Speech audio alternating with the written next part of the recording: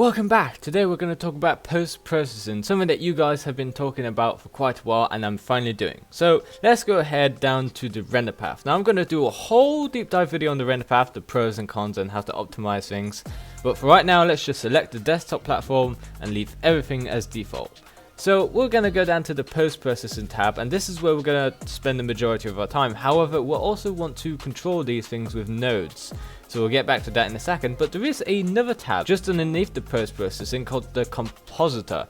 And this allows you to add different effects onto your render. So it adds a sort of lens that you can see your game through. For example, fisheye, lens flares, letterboxing, all those things are added onto the render. Whereas post-processing allows you to add effects inside the world, if you like. For example, bloom, volumetric fog, motion blur, all these things happen inside the world. So now that we're in the post-processing tab, we can go ahead and enable a bunch of easy effects to understand, like motion blur. You can turn motion blur on, modify the intensity. We can also turn on bloom, for example, but now I want to actually control the amount of bloom, for example. So what we're going to do is we're going to go up to the render under the desktop, obviously that's the one we've selected, and all the way at the bottom we have real-time post-processing. And if you don't check this box, then you're in deep trouble when you want to use logic nodes to control your post-processing. Because without checking that box, you can't do anything with the logic nodes that has to do with modifying the look of your game. So make sure you enable it, and when you inevitably forget and you start working with the logic nodes and nothing's happening, go back and then enable it. Though you will, I know you will, everybody does. Everybody forgets, so just remember, when your post-processing doesn't work with your nodes, it's because you forgot to check that box. Very important, I can't stress this enough. Nothing works if you don't check the box. Check the box! So we got the box checked. Now we can go down to the bloom, and if we set all these values to 0 and play the game, you'll notice that our bloom is still at a value of 1. By the way, I got an emission shader, which is why it's blooming. But we still got a value that is equal to the default values, despite me adding it to 0. So what we need to do, since we have real-time post-processing activated, it's not actually taking the values from here, it's taking the values from our logic node. So we can go ahead to logic node, get an uninitialized node, which is an onStart node, and we can set the bloom to 0. And now when we start the game, it's like we have no bloom whatsoever. So for example, we can add a little node tree here with a keyboard, set bloom node, and we can go ahead and also get the bloom. So what we can do is we can increment the value of bloom. So we can go ahead and get a math node, set it to add, and plug in the strength and maybe the radius, and we can plug those maths into the set bloom. Now we're getting the bloom values, for example, it's 0 right now, and we're adding +1 in the strength and radius, so it's going to strengthen and become bigger in the radius. But what if we want to change the color grade of our game, for example? Well, we can do that as well. We have a bunch of color grade nodes both in the get and the set, so we can do something like similar to what I just made with this logic node tree. We can get the current value and we can increment it, for example. There are loads more things you can do with it, but that's just an example. So we have a bunch of things that we have with the color grade. We have the tint, we have the white balance, we have the contrast, the saturation, the gamma, the grain, the offset, all this kind of stuff. Super useful, a lot of control, and you can go ahead and play around with it. But this color grading doesn't have to apply to the global scene. It can just specify things like just set the shadow quality or shadow color. There are a bunch of nodes like this. For example, get shadow quality or set shadow quality can be a good idea for adding different quality levels, like for mobile games. All these kind of stuff are available in the nodes here. You can have full control over it in the node space. Another really interesting trick is by using chromatic aberration. Now you can get chromatic aberration all the way at the bottom. If you activate it, then you can use it in the logic nodes, and we can go ahead and do a similar node tree. For example, we can set the chromatic aberration, abbreviated CA, in the logic nodes, and increment it every time we press space. Now we have a lot more control over the aberration. But adding different effects isn't the only thing you can do. You can actually make your render look more interesting and smoother by going up to the anti-aliasing tab.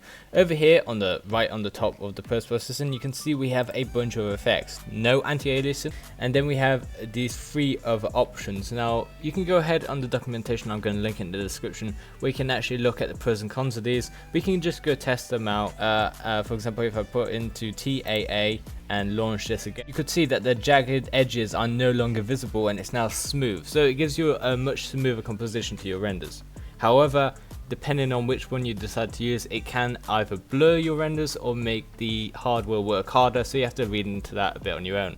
But now that we have our anti-aliasing out the way, you probably want your scene to look more interesting, more smooth. Well, to do that, we can make your glossy materials reflect the environment around it dynamically.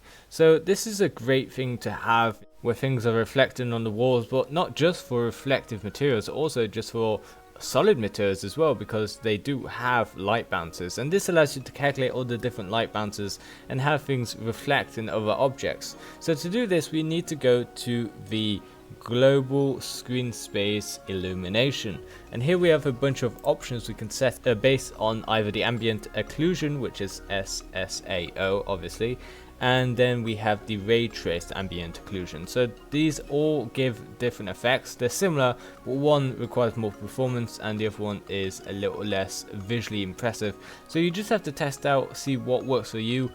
Use the debugger. I made a video on debugger if you don't know how to use it. What is the best look versus performance on your device?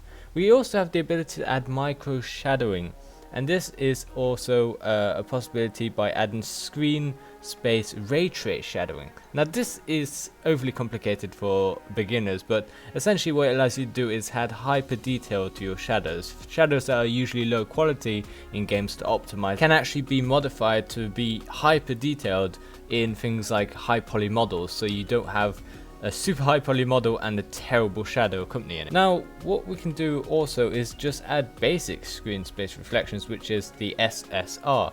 We can check this box and we actually get access to the half res. Now this is extremely ideal when you want to make a game that looks good but not use up all your processing power. You can turn on half res, and this allows you to trace in half resolution.